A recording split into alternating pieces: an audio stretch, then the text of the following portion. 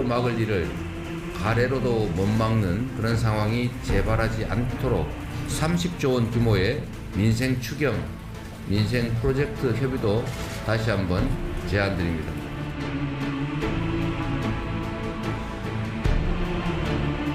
먼지털이식 강압 수사를 해도 명확한 증거 하나 제시하지 못하자 억지 기소를 통한 마녀 사냥식 여론 재판을 겨냥하는 것입니다.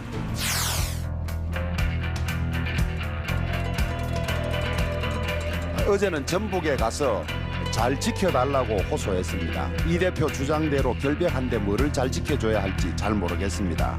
그냥 조용히 조사에 응하는 것이 최상의 방법이 아닌가 싶습니다.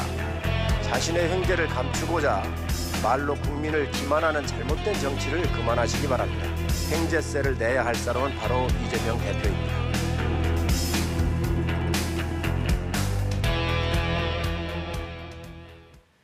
네, 여의도 사사건건 시작하겠습니다. 오늘은 김행 국민의힘 비대위원, 서영주 민주당 부대변인 이렇게 두 분 모시고 이야기 나눕니다. 자, 어서 오십시오. 안녕하세요. 네, 자 난방비 얘기부터 좀 할까요? 네. 대개 난방비는 괜찮으십니까?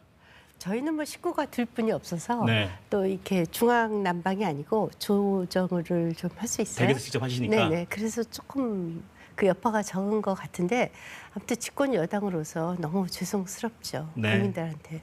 부대변인 어떠세요? 대개 난방비는 괜찮으십니까?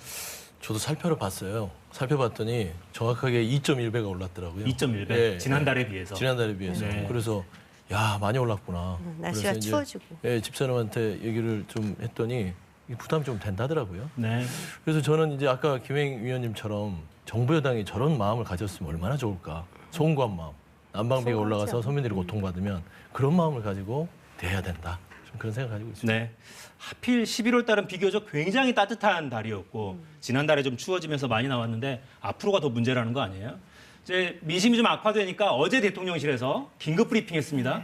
대통령실에서 오전 9시에 아마 부처에서 할 법한 브리핑을 긴급하게 한 것 자체가 굉장히 이례적이었어요. 근데 관련한 내용 가지고 여야는 공방 계속 이어가고 있습니다. 들어보시겠습니다. 이번 대책은 정부가 뺏었다가 주는 조삼모사입니다. 벌써 집권 2년 차인 윤석열 정권은 5년 내내 남 탓, 전 정부 탓만 할 것입니까? 2월 달인데 벌써 추경을 또 주장을 하고 있습니다. 난방비 폭등을 이유로 내세우고 있지만은 당대표 사법 리스크와 관련해서 국민 시선을 돌려보려는 의도가 또 있지 않은가. 네, 여야는 뭐 변함없이 치고받고 있고요. 대통령께서 내놓은 그 대책의 골자를 저희가 그래픽으로 좀 정리해놨는데 그걸 먼저 보고 이야기를 이어가죠. 에너지 바우처 지원금, 이건 이제 저소득층 가구에 지원해주는 금액인데 2배로 올리겠다는 얘기고요. 사회적 배려 대상자 가게에는 가스요금 할인을 원래 종전에도 해드리고 있는데 이것도 역시 2배까지 늘리겠다, 뭐 이런 입장입니다. 근데 민주당에서는 일단 반갑긴 한데 부족하다 이런 입장을 내놓으셨더군요. 그렇죠. 좀 뒤늦긴 했지만 그래도 대책을 세우는 부분에서는 굉장히 환영합니다. 일단 평가한다. 예, 일단 평가하지만 에너지 바우처라는 게 이제 에너지 취약계층입니다.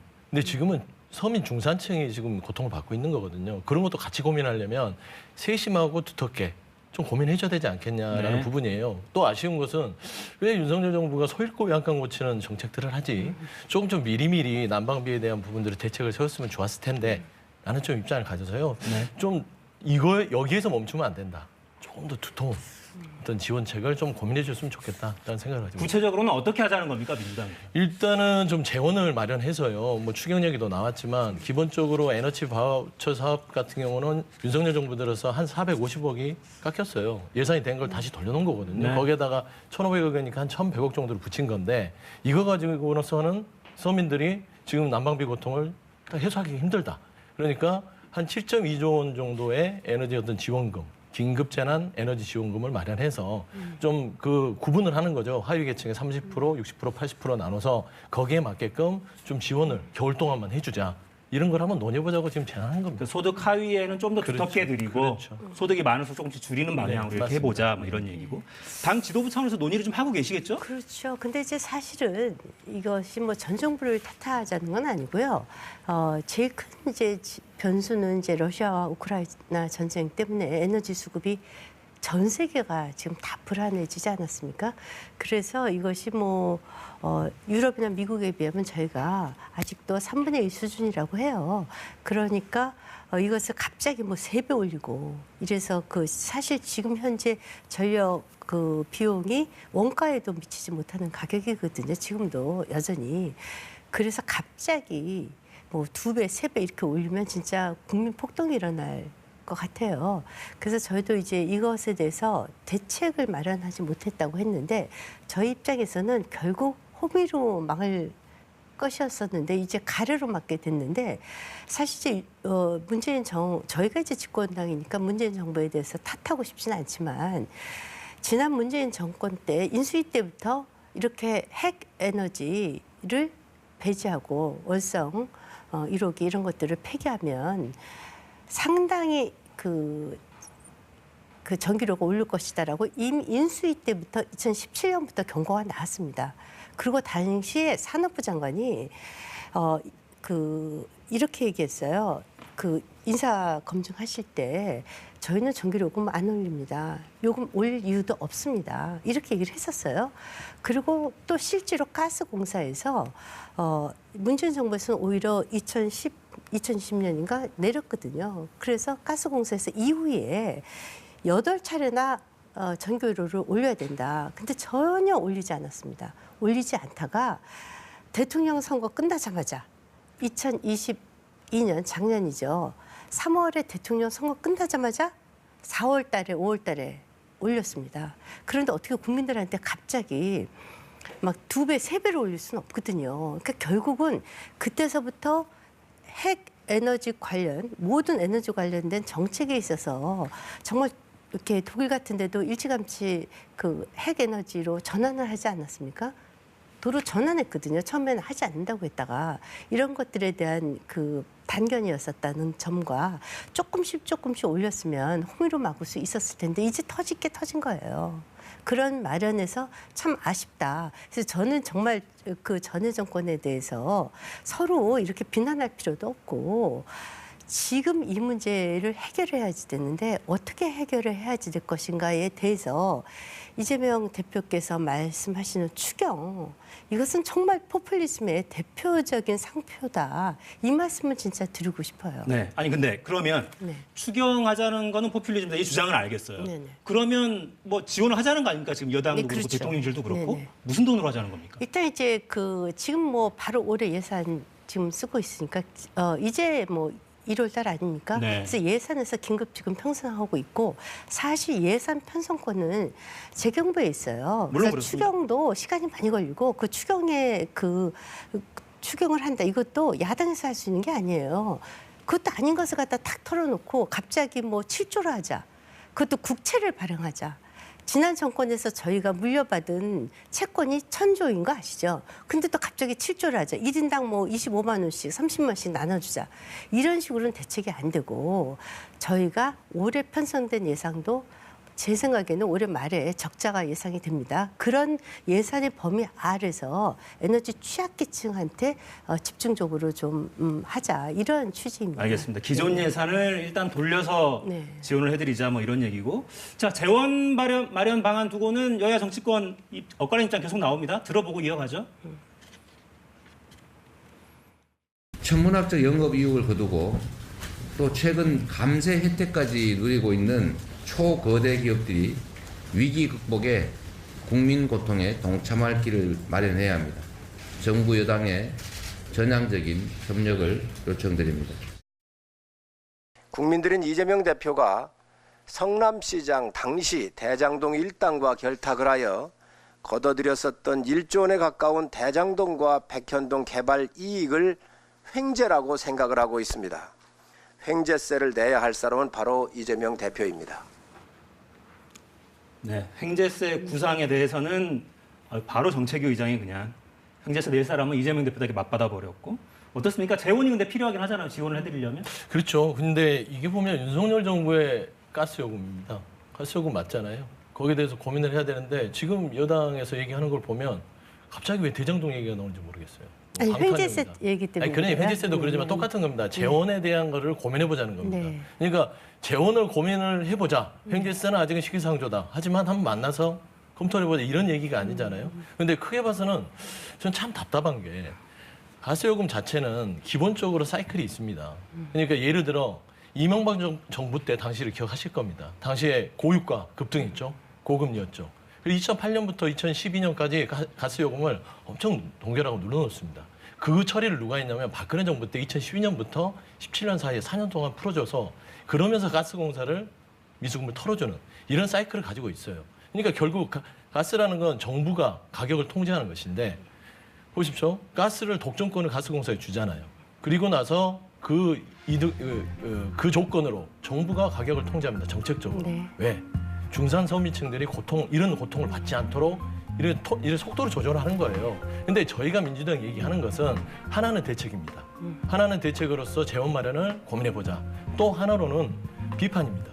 왜 윤석열 정부가 이 속도 조절을 못했을까? 굳이 겨울이 이렇게 한참 가스를 많이 사용하는 서민들이 이 시기에 조금 더 그걸 늦췄어야 되는데 아까 말씀하셨듯이 작년에 4차례 가스요금 인상이 있었습니다. 첫 번째는 문재인 정부 때 했죠. 말씀한 대로. 나머지 3번은 윤석열 정부가 했습니다. 이 속도 조절이 좀 정책적으로 실기였다라는 얘기를 하는 거예요. 올리더라도 겨울은 피해서 그렇죠. 겨울을 좀 피해서 네 번째가 좀 봄쯤 해서 가스의 수요가 좀 이렇게 많이 없을 때 그때 올리면은 그러면서 말하자면 가스공사에 대한 미수금을 털어가는 아니면 정상화시키는 이런 정책적 판단이 미흡했으니까 이제라도 이런 거를 좀 살펴봐라 이런 비판이거든요. 그랬더니 첫 번째 탈원전 얘기를 합니다. 근데 보일러를 가스로 떼지 원전으로 떼는 게 아니거든요. 근데 갑자기 탈원전 얘기를 합니다. 그게 무슨 가스 요금에 뭐 지대한 영향을 있는 것처럼. 그리고 탈원전 부분은 60년짜리입니다. 당시에는 세계적 추세였고요. 2024년까지는 원전이 늘어납니다. 27년에 23기면 24년에 26기예요. 그리고 30년에 18기가 됩니다. 이게 산자부 계획입니다. 그러니까 지금 국민들한테 이렇게 정쟁으로 맞설 게 아니라 난방비에 대해서 근본적인 고민을 해야 되는데 좀 이런 부분이 안타까워요. 저는 그래서 네. 재원 마련도 횡재세 얘기가 있겠지만 횡재세도 한 번쯤 검토하자는 얘기입니다. 밀어붙이는 게 아니라. 그 얘기가 이제 왜 나오냐면요. 제가 그 이재명 대표에 대해서는 정말 말씀을 안 드릴 수가 없는 게요. 초부자 감세 자꾸 얘기를 해요. 초부자 감세는 지금 대기업에 법인세를 내려주는 거예요. 뭐 엄청난 부자들한테 돈을 더 걷어라 이 얘기가 아니라 아시다시피 법인세에 해당되는 혜택을 보는 계층은 기업 오너도 있지만 근로자들 그리고 주주들이 그 혜택의 대상자들입니다. 그래서 이분들은 무슨 삼성전자 10주 갖고 있으면 초부자입니까? 현대자동차 주식 10주 갖고 있으면 초부자예요? 이런 식으로 포퓰리즘으로 끌어가지 말라는 얘기예요. 횡재세 말씀드리겠습니다. 횡재세는요. 이렇게 그 오일이 생산되는 국가들한테는 막대한 이익이 있으니까 횡재세라는 것이 있어요. 우리나라의 4개 정유사는 수입해서 가공해서 파는 마진을 갖고 있는 회사입니다. 그래서 때로는 마진이 역마진이기도 해요. 그럼 역마진일 적엔 정부가 돈을 줍니까? 그렇게 안 하거든요. 이렇게 되면요. 기업의 이익에 다 세금 때리자는 얘기예요. 그럼 현대자동차, 삼성전자 다 때리자는 거예요. 초부자 감세라고 저기서 네이밍을 해서 그렇지. 기업의 법인세를 내려주자라는 것은 도대체가 반도체고 뭐고 국제사회에서 경쟁이 안 되니까 아시다시피 반도체가 대만의 TSMC에 벌써 한참 뒤처지고 있지 않습니까? 그래서 문재인 정부 때 실기했다고 하지 않습니까? 그거를 초부자 감세라고 하지 마시고 사실 횡재한 건 이재명 대표는 맞죠. 아니 대장도 사건 위례 신도시 때문에 1조 원이 넘는 그 초과 수익이 민간업체로 갔어요. 이거 정말 이재명 대표가 횡재를 한 게 맞아요? 아니 그거 지금 일부 저기 하면 천화동인 네, 검찰의 주장이죠. 네, 주장이죠. 네. 천화동인 1호의 절반은 주기로 했다 이런 진술들이 지금 나오고 있지 주장. 않습니까? 네, 네네. 그러면은 만약에 나왔으면 진짜 이재명 대표가 횡재한 거죠. 그 그러면? 지금 검찰 그래서 예. 이렇게 자꾸 포퓰리즘 하지 마시고 오늘 부대변님이 정말 좋은 얘기 하셨는데 사실. 지난 정부 때 조금씩 올렸으면 괜찮았어요. 한국가스공사 누적 적자가 지금 7조가 넘어요. 이렇게 될 때까지 방치해놨다가 뻥 터진 거라니까요. 터졌는데 어떻게 국민들한테 에너지를 갑자기 3배, 뭐 5배 국제 유가 기준에 맞추겠어요. 그래서 조금씩 나가고 그래서 국가에서 또 보세요. 저는 정말 제가 이런 생각이 들어요. 저도 이제 가정주부이기도 해요. 돈 없을 때 옆집에서 꽂아 쓰는 건 가급적이면 안 해요. 그런데 껐다가면 국채 발행하재요. 추경 지금 국채 발행하시는 거잖아요. 아니 이미 천조의 부채가 있는 국가에서 이거 누가 갚아요? 다 우리 미래 세대가 갚아야 돼요. 아니 이재명 대표는 정말 이런 얘기 드리고 싶지도 않지만 자 보세요. 본인의 그 초밥도 부인한테 아니 지금 법인카드 줘서 초밥까지 나오시는 아니 거죠. 법인카드를 줘서 누가 지방자치단체장이 부인한테 법인카드 줘서 초밥 사 먹으라고 해요. 그렇게 돈을 아끼시는 분이 아니 미래 세대한테 이거 다 부채로 가는데 그냥 아무 생각 없이 국채 발행하면 된다. 아니 1,000조나 부채 주셨으면 미안하지 않아요? 좀 말씀 좀 해도 될까요? 하세요. 예, 예. 네. 그러니까 이제 그 코로나 우리가 불과 2, 3년 전입니다. 네. 코로나19 때문에 얼마나 이 나라가 힘들었습니까? 그러니까 방역과 경제를 두 개를 같이 지키기 위해서 문재인 정부가 애를 썼다고 저는 주장합니다. 네 맞아요. 그리고 그 점이 있어요. 당시에 코로나19 때 보면은 영세 중소상공인들 문 닫고요. 팔이 날리고 너무 힘들었습니다. 여러 번 지급을 했죠. 지원금을. 당시에 그 일환의 하나가 가스요금을 눌러놓을 수밖에 없었습니다. 공공요금 다 인상을 자제했었죠. 그때? 자제했죠. 네. 그거는 정책적인 판단인 것이에요. 그러니까 그 시기에 맞게끔 정책적 판단을 하는 것이고 네. 그 탓을 지금 해서는 안 된다는 얘기를 하는 거예요. 그다음에 횡재세 말씀드리면 네. 이게 초과 이윤세입니다. 그러니까 못 벌었을 때 걷어드는 게 아니라 기업이 일정 부분을 봤을 때 적정 수준의 이윤을 넘어섰을 때는 초과 이윤세를 좀 공적 영역에서 걷어서 그걸 없는 산업에 쓰자는 얘기예요. 이 횡재세는 갑자기 툭 튀어나오는 게 아닙니다. 영국도 지금 도입해서 정유사에 도입해서 실시하고 있고 미국도 지금 도입을 검토해서 거의 기정사실화 돼 있고요. 네덜란드는 오래됐습니다.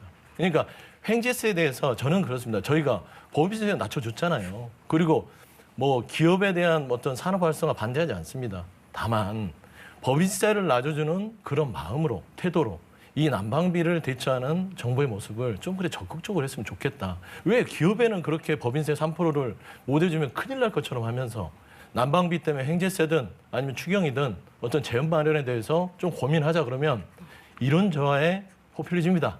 검토할 가치도 없다는 식으로 얘기를 하는 것들은 실제로 조금 정치하는 입장에서는 좀 아쉬움이 크다고 봐요. 네, 실제로 포퓰리즘이어서 그렇고요. 아시다시피 횡재세는 이제 그 산유국들에서 하죠. 우리나라는 마진을 받는 그런 정유 이익 구조를 갖고 있는데 그런데 역마진일적인 그럼 어떻게 해요? 국가가 지원해요? 정유사에? 그렇게는 안 하잖아요. 저 초과 이윤을 거둘 수가 없습니다. 네, 그러니까 네. 마진 그러니까 이거 공산주의적 발상이에요. 이익이 좀 더 나면 국가에서 뺏어서. 근데 영국, 미국, 네덜란드가 공산주의적 발상을 할까요? 아니 그거 아니고요. 미국만 해도 고도의 자본주의 사회인데. 미국만 해도요. 정유를 생산하고 있지 않습니까? 우리는 전액 수입하는 국가예요. 알겠습니다. 이런 식으로 따지면 현대자동차 다 마찬가지로 해야 되고요. 제가 여쭙잖아요. 삼성전자 저는 주식이 없지만 100주 갖고 있는 사람한테 초보자라고 이렇게 네이밍하지 말자고요. 네. 저는 이렇게 생각을 해요. 주식 갖고 있는 저는 사람을 초보자라고 하는 사람은 아무도 없습니다. 민주당에 민주당은 그렇게 얘기하지 네. 않습니다. 아니 그 지금 법인세 그리고 실제로 법인세 3%안 낮춰줬어요. 1% 합의했고 네. 그 이율을 더 높였죠. 네네. 거의 오히려, 3% 수준의 효과를 그런데 있습니다. 이제 제가 말씀드리는 거는 제가 이제 개인적으로 민주당 의원님들 만나면 정말 이렇게 합리적인 우리 부대변인님처럼 합리적인 분들이 많아요. 그런데 특정인 이재명 대표님 때문에 굉장히 끌려간다. 이게 완전히 본인의 사법 리스크를 막기 위해서 포퓰리즘을 막 내놓는 거예요. 저는 민주당 의원 개개인들한테 그럼 지금 7조 국채 발행하자. 그럼 찬성할 사람 별로 없을 것 같아요. 이분 막 내질러요. 이분은 그래서 저희가 방탄하지 말라. 머리 맞대고 싸우려고 해도요. 그분 때문에 머리를 맞댈 수가 없어요. 알겠습니다. 네. 네. 자, 주제를 바꾸자. 이재명 대표 말씀 계속 하시니까 넘어가죠. 이재명 민주당 대표는 내일 두 번째 검찰 출석 앞두고 있습니다. 오전 10시 반에 나간다는 거죠. 관련한 여야 발언 듣고 이어가겠습니다. 어제는 전북에 가서 잘 지켜달라고 호소했습니다. 이 대표 주장대로 결백한데 뭐를 잘 지켜줘야 할지 잘 모르겠습니다. 그냥 조용히 조사에 응하는 것이 이 최상의 방법이 아닌가 싶습니다. 이 대표의 출석에 맞춰 검찰발 가짜뉴스가 판을 치고 있습니다. 출석도 하기 전에 오락가락한 진술과 왜곡된 일방의 주장만 의도적으로 흘리고 있는 정치 검찰의 속셈은 뻔합니다. 네, 이 문제에 대한 여야 입장도 뭐 예상되는 발언들 나오고 있고요. 야당 내부의 기류가 좀 오묘한데, 저희 그래픽 만들어 놓은 거 있죠? 정청래 의원은 일단 이재명 대표는 혼자 나가겠다고 했죠. 대변인만 한 명, 변호인만 한 명 대동하고 혼자 가겠다 했는데 나오지 말란다고 진짜 안 나가겠냐? 함께 가자라고 오히려 정청래 우리 최고는 이야기하고 있고 장경태 최고도 당연히 참석한다. 어떻게 합니까 내일? 말씀하셨으니까 가시려고 하나 보네요. 근데 저럴 줄은 알았습니다. 어떻게 뭐 혼자 보내겠습니까? 근데 뭐 집단으로 해서 저번처럼 한 50명, 40명 가지는 않을 것 같고요. 자발적으로 저렇게 말씀하신 분들은 뭐 따라갈 거는 같아요. 네. 근데 이재명 대표가 분명히 했잖아요. 오지 말아라. 혼자 가겠다. 했는데 저거는 정치적으로 본인들이 판단하는 거라서 여러 가지 해석은 할 필요는 없다고 봅니다. 네. 자, 정청래 의원 SNS에 우리가 이재명이다 막 이런 글도 올라오고요. 네, 그래픽 만들어 놓은 거 있어요. 한번 볼까요?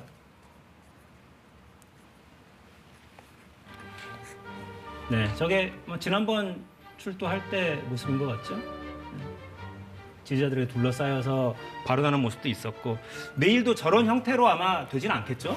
그렇죠. 근데 또 혼자 보내는 것도 이상해요. 당대표가 저렇게 검찰 권력이 집중이 돼서 포화를 맞는 상태에서 뭐 단기 필마로 혼자 나가겠다고는 했지만 네. 좀 마음이 애잔하죠. 같은 애잔하다. 뭐 또 지도부고 또 정청래 의원 같은 경우는 수석 최고위원이시고 하다 보니까 뭐 그런 얘기를 하신 것 같고 네. 제가 봐서는 몇몇은 따라가실 것 같고요. 근데 지지자들 부분들은 저희가 뭐 말을 한 거나 그런 건 아니니까 아마 지지자들은 거기에 많이 가 있을 공산이 크다. 근데 뭐 이걸 또 저번처럼 어떤 병풍이다 방탄이다 뭐 이런 부분이 말이 안 나왔으면 좋겠어요. 저번에 많이 따라가니까 또 방탄이라 하잖아요. 네. 근데 안 따라가면요 버림받았다고 할 거예요. 자, 이재명 대표는 오늘 또 이런 발언했군요. 증거 카더라도 필요 없이 그냥 검찰이 쓰면 죄의 증거가 된다. 이거 방치해두면 그들의 세상이 된다면서 국민이 막아야 한다. 뭔가 좀 호소하는 것 같기도 하고요. 네. 어떻게 보십니까? 저는 이제 저분이 이제 한 10여 가지 이상의 의혹으로 지금 피의자 신분이세요.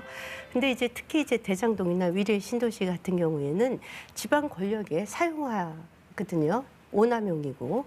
그래서 이제 지방 토 세력과 결탁한 그 범죄 의혹인데 이것을 저렇게 말씀하실 필요가 없는 게요. 모든 것은 결제 서류를 보여줍니다. 그렇잖아요. 우리 조그만 회사에서도 결제 서류를 누가 사인했느냐 갖고 책임 소재가 지금 다 붙지 않습니까? 아주 조그만 회사에서도 마찬가지예요. 지방 성남의 그 지방자치단체에서 그 수많은 인허가권의 최종 결재권자가 이재명 당시 성남시장이었었던 사인이 분명히 있는데 그러면 두 가지 중에 하나예요. 뭐냐. 양측근이 지금 다 구속되지 않았습니까? 정진상, 김용. 그럼 그분들이 다 했다는 거 아니에요? 구속됐는데? 그럼 바보죠.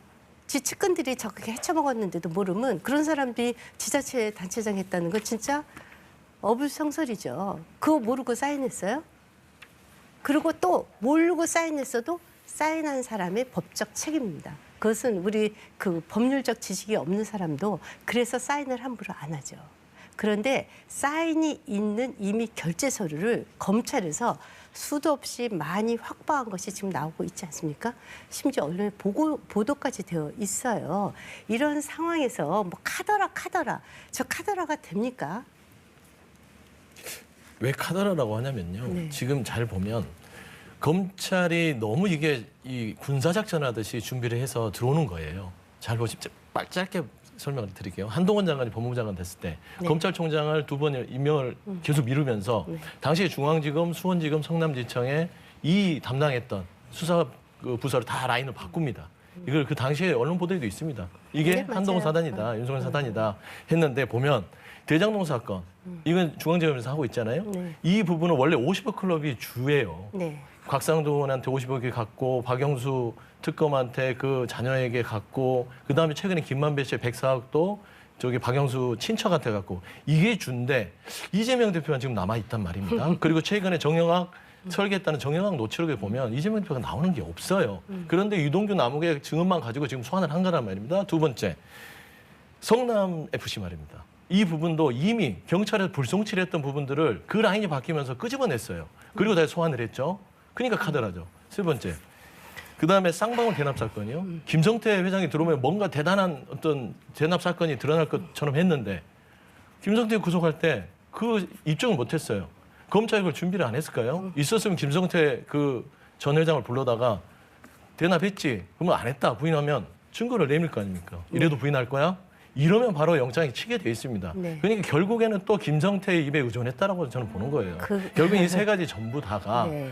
결국에는 이재명 대표를 향한 아주 집요한 검찰의 끊임없는 기소될 때까지 하는 그냥 인디안 기유제식 수사, 네, 정치 표적 수사라고 주장할 수밖에 없다. 자, 네, 그런 자. 말씀입니다. 그거 자, 잠깐만 이제 말씀드릴게요. 이 사안 근데- 관련해서는 자, 아니, 좀 근데 마무리하겠습니다. 시간이 불송치가 무혐의 아닌 건 아시죠?